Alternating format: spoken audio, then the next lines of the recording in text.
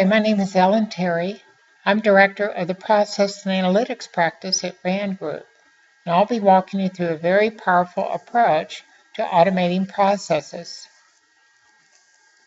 But first, a little bit about the RAND Group.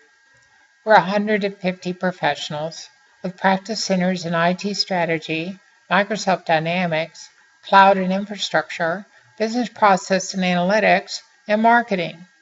Our mission is to help our clients use technology for business success, and it's business value that drives all of our projects. Within my group, K2 is one of our partners. K2 has become the premier process automation or workflow platform providing mature on-prem and cloud solutions. The K2 platform integrates seamlessly with SharePoint, but what we like about it is that it also extends outside of SharePoint to integrate a wide range of platforms and applications. Processes don't have to start in SharePoint, nor do they have to end in SharePoint or use SharePoint at all. And we think that's the way business really works. As you can see here, their client list is a nice sampling of global companies. One of particular interest to me is Microsoft, who runs a lot of key processes in marketing, ordering, and procurement on K2. I worked on some of those projects. The volume of business is very impressive, and K2 performed like a champ. So why do companies fund process automation projects? There are really three key drivers. Differentiation is a powerful strategic driver. I've worked on many pricing, proposal, and sales order management projects that transform the customer experience and create competitive barriers. The result is higher customer retention and higher margins. Efficiency is also a common application, and one we often see as a first project driver with companies extending the ERP, like the one we're showing you today. These projects generally take the form of connecting end-to-end processes across departments or applications to compress cycle time and improve accuracy and consistency. Agility is a particular strength of K2 because it's so easy to make changes. Process design and changes to process structure can often be done by business analysts in flight, which cuts a great deal of time out of process changes. Companies can adapt a lot quicker to changes in the market or the overall environment. These are just a few examples. The possibilities are limitless, and the strategic value is undeniable.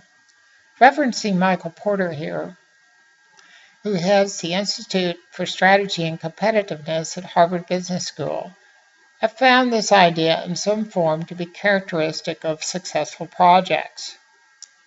I also saw an interesting study by Biz Allen, who found that companies that intelligently manage the process portfolio outperform the industry by 5% or more on the bottom line.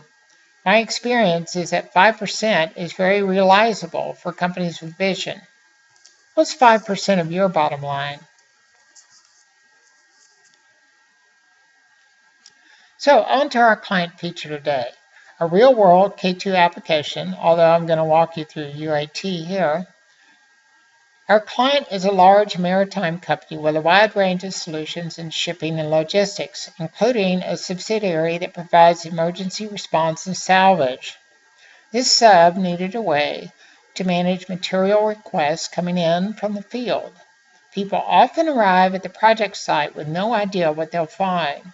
They have to assess the damage and come up with a plan to recover a vessel. And they need a way to communicate material requests to procurement without excessive detail. A way to collect those requests that is detailed, but not too detailed, but structured enough to manage.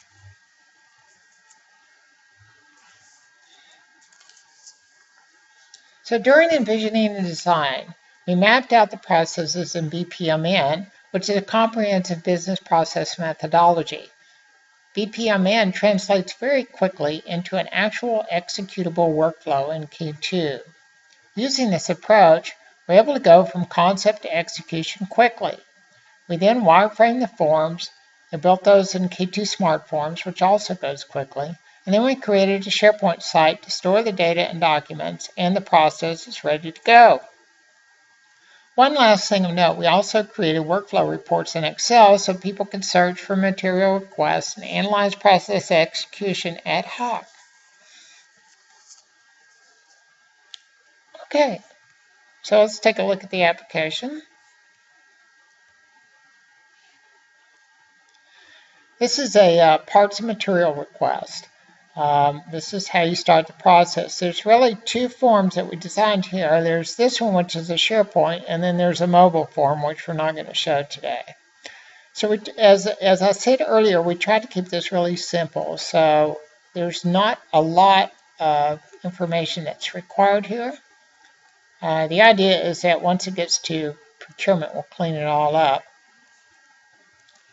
And we're going to put Angola project here.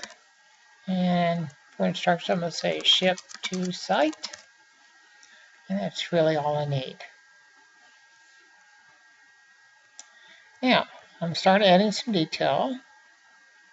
So again, we don't restrict and we don't force people to put a lot of detail in here, but if they will take whatever they know. So here's a parts master. And you can see we have these assemblies or packages of a bunch of different components. And if you know you just need the whole package, you can order the components separately or just order the package. So this helps keep things organized and makes it easier for people. So there's one package there. And then I'm going to add something fairly free form. I'm going to say I need a welder. And I want you to get it from Granger. And I think they're about 5,000. And oh, by the way, I'm going to attach something to help you out. I actually need 2 of these because we're going to have 2 welders work on it at the same time. So that's good. And then I'm going to add some stuff to help procurement figure out what it is I'm looking for. So this is a PDF on the welder. I'm going to add this here. And then I'm going to submit my request, and we're done. So that was quick and easy. And like I said, it was also designed for mobile. Remember, these people are out sometimes in the ocean. The waves are rolling around. The ships are blowing up. And, you know, they're not going to fill out a real detailed request here. So this has now been routed to procurement. We're done with that. And so here we are. It's just shown up at procurement. And the first thing I'm going to do is I'm going to open a view flow so we can see where we are in the process. So this shows us real time where we are in the process. And you can see that if you follow the green lines, it's already come into procurement review. The other thing I can do from this work list is open my form. So while we do that, I'm going to go back here. So what has happened here is it's created some emails. It would have come to my inbox, but I've got that shut down because it gets pretty busy during demos. And then again, it's come into procurement. So I think that's all we need to know. All right. So this has come in. It's been submitted. I'm going to look at it. I'm going to say, okay, what are they looking for? I'm going to open this up. Ah, yes, of course, I know. We order those all the time. And we don't have to pay 5,000. So you can see now how we designed this to be edited by procurement. And even though they got the vendor right, I think we're going to go ahead and look it up so we can get the right number and all the details on them. So I'm going to search now. This search goes out to a web service that's on the ERP system, which is also hosted in Azure. And so it's going to go out and it's going to find all the vendors that have this string. And say, okay, well, that's the Granger I want. And we're going to save this and we're going to update. everything, and so you see that it's dropped the price a little bit, and this all looks good. All right, so what do I want to do with this? Well, I think I'm going to send this to, not to inquiry, to expense approval. I'm going to say, please approve. Now, normally this would not be an expense approval, but I'm going to send it there anyway just to show you some things, and then we'll get it back. All right, so off to expense approval. We'll look at the thing. Okay, so it's in expense approval, and I'm going to open this up, and then we're going to go back to the workflow and see what happened.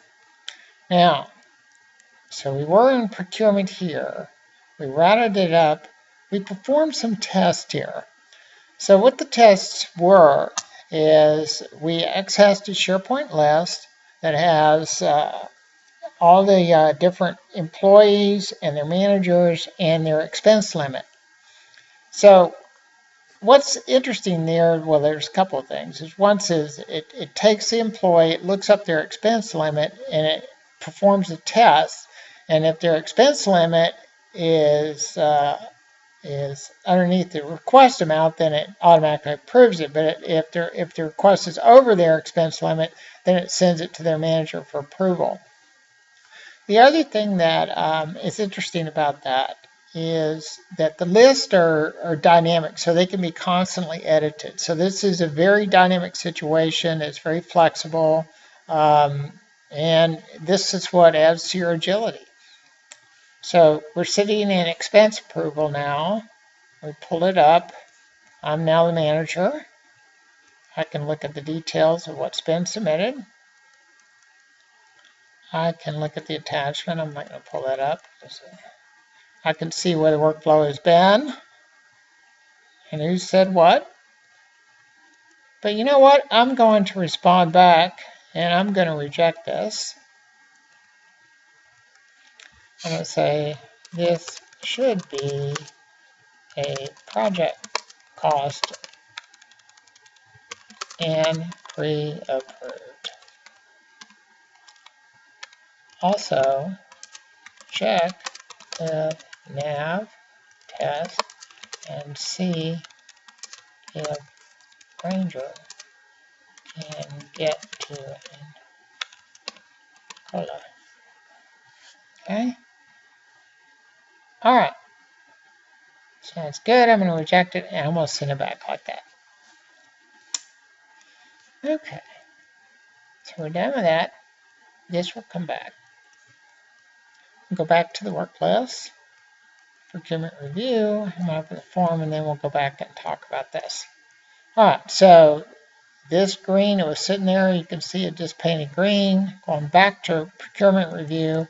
So what has happened is the manager has said it shouldn't have gone to expense review. It should have gone to pre-approval project. But he also asked us to do an inquiry and make sure here that we can get this to the Angola project. So it says, you know, also check with NAV tests and see if Ranger can get to Angola. Okay, so what I'm going to do now is I'm going to do an inquiry. Inquiries are a little different than some of the others because I get to pick who to route this to. And I can just pick this from AD. He asked me to ask NAV test. So, okay, find NAV test in AD. There it is. So we just went out to AD and got that. We'll say, can we get this in Angola? And so I will send this over to inquiry. So I say, okay, we're done with this. We'll go to here. Should be an inquiry. We'll open this up and we'll take a look at where we are. So you can see it's already green. It's gone to inquiry. And we're going to go take a look at it in inquiry. Yeah. Okay. So it says, can we get this in Angola? And I'm going to respond to that. I'm going to say, yes, they're good in Angola. I don't need to do that. And I'm going to respond back. So you can see the workflow history starting to build out now.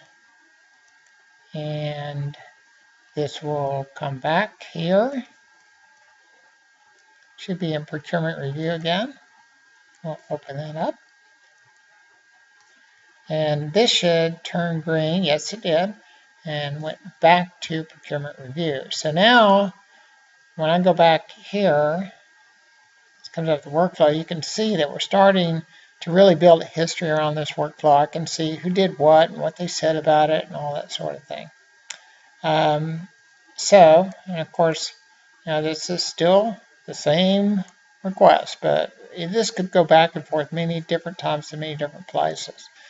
But they also told me that the project is pre-approved, so I don't need to put in comments there. And that's going to be a pretty quick process. So I'm just going to execute that and send it to project pre-approval. Okay.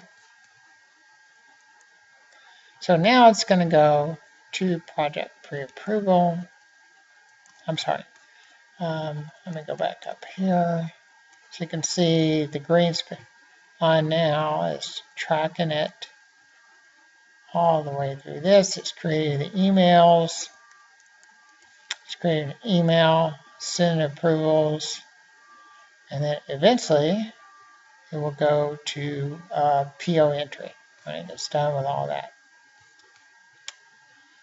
And so now it is in PO entry. So I can go back here and we'll find it in PO entry. I'll open up the form. So now I have a pretty complete history. It's all been approved. Everyone's got their 2 cents in on this. And I will go ahead and complete this and say I entered it. And we're done. And the process completes. So that's how it works, I guess. So let's go back, talk about a few final comments on this.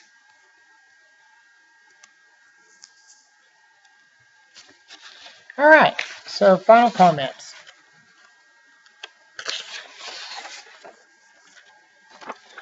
So the opportunity to create value is really unlimited. Whether you're creating a new customer service process, optimizing production scheduling, or connecting new distribution channels, value creation ideas constantly emerge. Some small, some transformational, all good.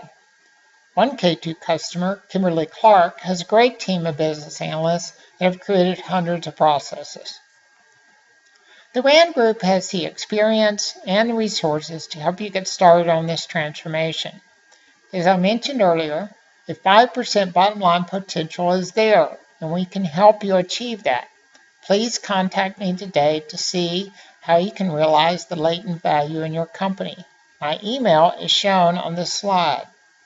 Thank you for your time, and I look forward to hearing from you.